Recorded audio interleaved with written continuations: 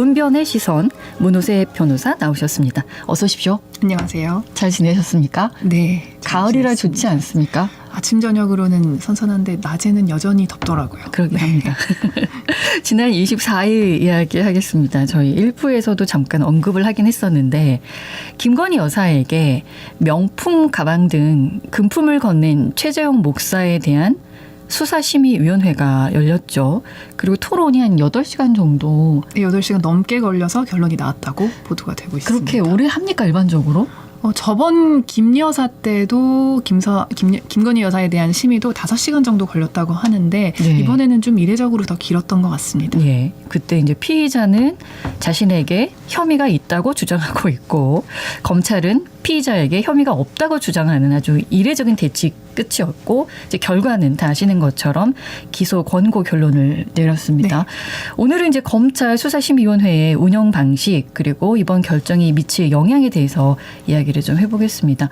지난 7일에 김건희 여사에 대한 검찰 수사심의위원회하고는 이제 반대의 결론이 나온 것이기 때문에 최 목사의 신청에 대해서 이제 어떤 결론이 나올 거라고 예상할 수 있겠습니까? 네, 일단 최 목사의 신청에 대해서는 이번에 기소 권고 결정은 나왔고요. 예. 네, 말씀을 하신 것처럼 지난 7일에 이원석 당시 검찰총장 직권으로 김건희 여사에 대한 검찰 수사심의위원회가 한번 열렸습니다. 아시는 것처럼 불기소 권고로 결론이 난 바가 있죠. 예. 그런데 이번에 같은 사건에 대해서 최재형 목사 측이 단독으로 별도로 검찰 수사심의위원회 소집을 신청을 했고요. 예. 이 신청이 받아들여져서 수심위가 개최가 된 것인데 예. 말씀하신 것처럼 8시간 넘는 격렬한 토론 끝에 8대 7입니다. 예. 한 표 차이로 기소 권고 결정이 내려졌습니다. 그중에서 어떤 게 결정적인 영향을 미쳤을까요? 오랫동안 이야기한 내용 중에. 이번에는 최재형 목사가 최재형 목사 측이 이 절차에 적극적으로 참여를 하면서 본인이 청탁을 했다. 직무 관련성이 있다라는 주장을 굉장히 강하게 했다고 하고요. 네. 그리고 실제로 검찰 수사를 받으면서 검찰 측에서 직무 관련성이 없지 않느냐라는 유도 신문을 한 네. 신문 당시 녹음 파일을 10분 정도를 재생을 했다고 합니다. 네. 그래서 그 파일을 듣고 나서 수사심의위원들의 그 분위기, 기류도 조금 더 형성이 됐다고 하는 보도가 있었고 네. 그래서 워낙 그 직무 관련성 여부가 중요했기 때문에 네. 토론이 길어졌던 것으로 좀 추정이 됩니다. 정식 명칭이 검찰 수사심의위원회입니다. 검찰 내부 조직인 겁니까? 이 수사심의위원회는 대검찰청 소속에 있는 심의기구입니다. 예. 이것은 2018년도에 처음 도입이 됐는데요. 그 당시에 이제 도입 취지는 검찰 수사의 절차 그리고 결과에 대한 국민들의 신뢰를 제고하겠다. 라는 것이었고요. 수사심의위원회가 이제 심의하는 사건은 국민적인 의혹이 제기되는 사건, 예. 사회적 이목이 집중되는 사건에 대해서 수사를 계속할 것인지, 예. 그리고 공소를 제기할 것인지 아니면 불기소할 것인지, 구속영장을 청구하고 또 재청구할 것인지, 뭐 이런 것들에 대해서 심리를 하는 기구입니다. 예. 이제 위원 명단이나 회의 내용 다 이제 비공개라고 하더라고요. 네. 이 수사심의위원회는 어떻게 선발이 되는 겁니까? 일단 이 수사심의위원회의 운영 내용에 대해서는 예. 대검찰청의 예규로 되어 있는 검찰 수사심의위원회 운영 지침을 보시면 되는데요. 예. 일단 이 수사심의위원은 대검찰청 산하에 이미 선발되어 있는 위원 풀이 있습니다. 아, 누가 선발을 하는데요? 이 선발은 모릅니까? 검찰총장이 합니다. 아. 그래서 이 위원 풀을 추천을 받아서 그중에 150명에서 300명 사이에 인력 풀을 형성을 하는데 이 추천을 받아서 위촉하는 당사자는 검찰총장인데 예. 이 추천을 누가 하는지 그리고 추천받은 사람이 누구인지 이런 것들이 모두 비공개인 상태입니다. 아무도 알 수 없습니다. 이게 뭘까요? 일단은 이 신원이라든지 이런 것들이 밝혀지면 외압의 우려가 있기 때문에 밝히지 않는다라고는 되어 있습니다. 그런데 이제 이렇게 너무 비공개이기 때문에 깜깜이다. 이것은 네. 검찰청에서 독립적인 뭐 수사에 대한 견제 역할을 전혀 하지 못하는 기구다라는 비판이 많이 제기가 되고 있죠. 네, 그러네요. 조금 이상하긴 합니다.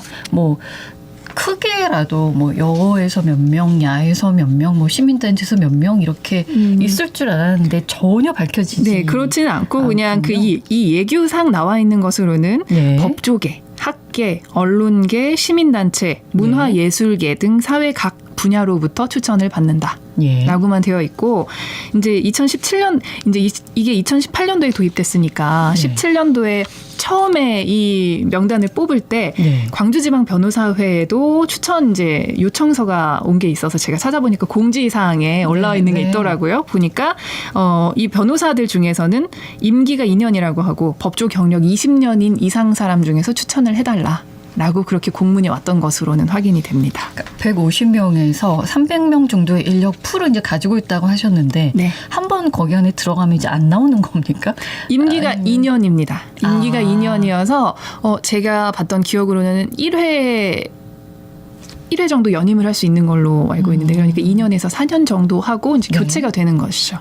그 중에서 15명이 따로 선발이 되는 거죠. 그렇죠. 수사심의를 열 때마다 새로운 위원 15명으로 심의가 열립니다. 어떻게 거긴 또 15명이 선발이 되는 겁니까? 이 15명 자체는 굉장히 랜덤하게 무작위로 추첨을 한다라고 되어 있고 실제로 이제 뭐 시연처럼 한 기사를 보면 우리 예. 로또 추첨하는 투명한 공 같은 데다가 네. 그 위원들 번호가 적힌 공을 집어 넣고요. 네. 거기서 뽑습니다. 아. 그래서 이거를 이제 할 때 이걸 누가 하냐 그러면 수사심의위원회 위원장이 뽑거든요. 이 네. 15명을. 네. 그런데 그 자리에 서울지방검찰청에 검찰시민위원이라고 있습니다. 일반 시민들로 구성된 시민위원이 있는데 이분들이 입회해서 참관을 합니다. 네. 네.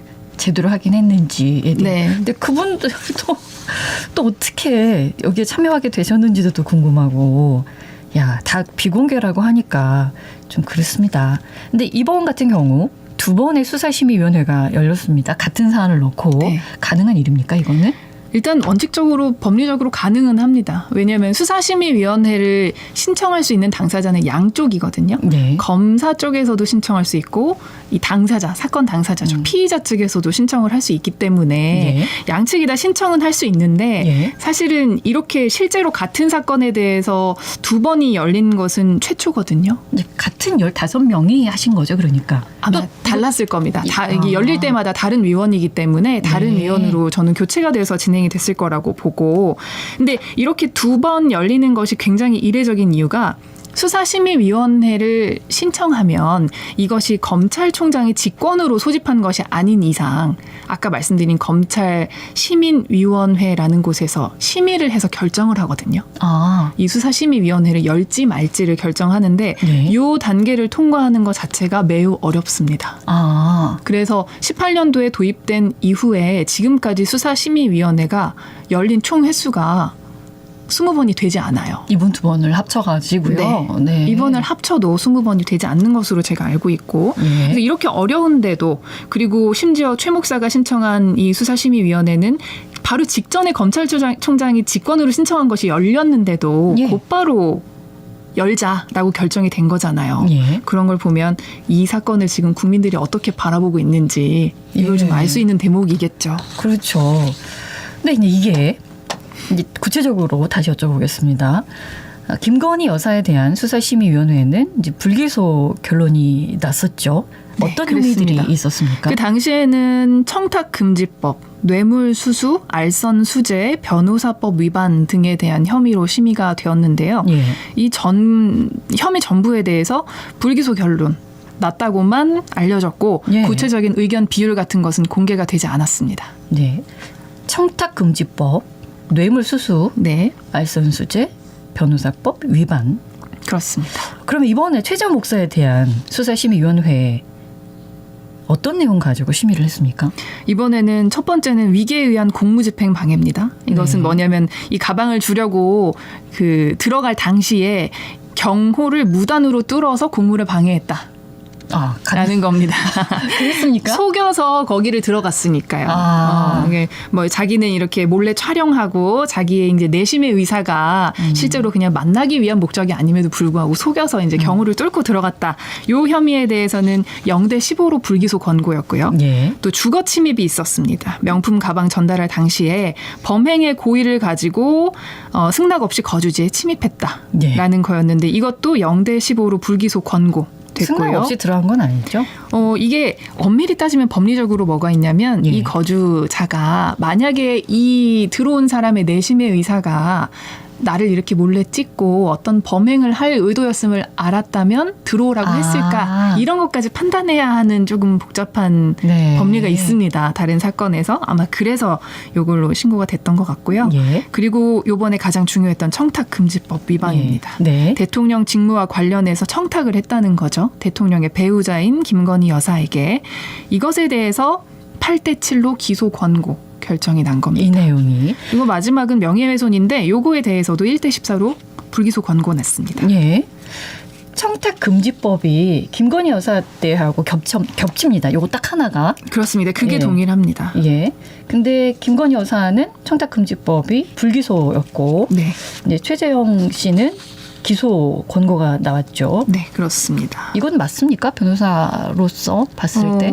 일단은 요 사건에 대해서 이제 볼 때 가장 먼저는 직무 관련성이 있는 거였냐가 네. 핵심이거든요. 이번에 최 목사에 대한 수사심의위원회에서는 직무 관련성이 있다고 인정을 해서 네. 기소 권고가 나온 거였고 예. 근데 만약에 이 직무 관련성이 있다고 하더라도 김건희 여사에 대해서 청탁금지법 위반으로 처벌은 조금 어려운 것이 사실입니다. 직무 관련이 김건희 여사가 있는 건 아니죠.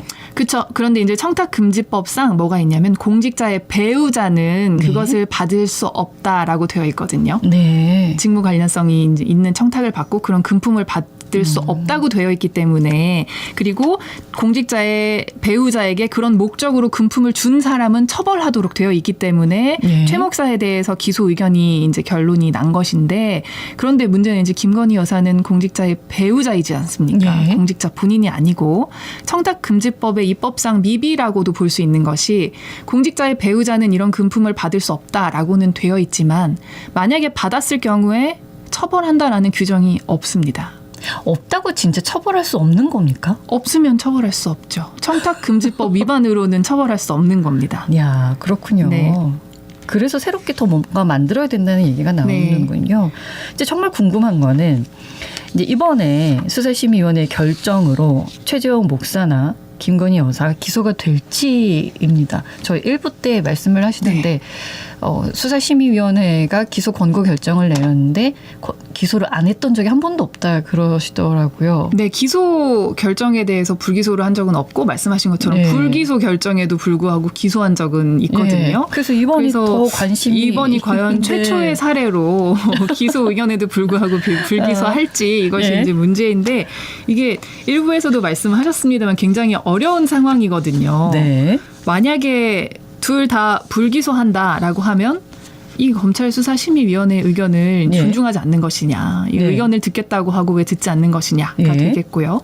둘 다 기소한다면 김건희 여사에 대해서 이제 기소를 하게 되는 것이니까 그 예. 자체로 조금 난관이고 중간책으로 최 목사는 기소하고 김건희 여사는 기소하지 않는다. 라고 하면 이것 또한 여론의 공감을 얻기가 매우 어려운 상황인 거죠. 예.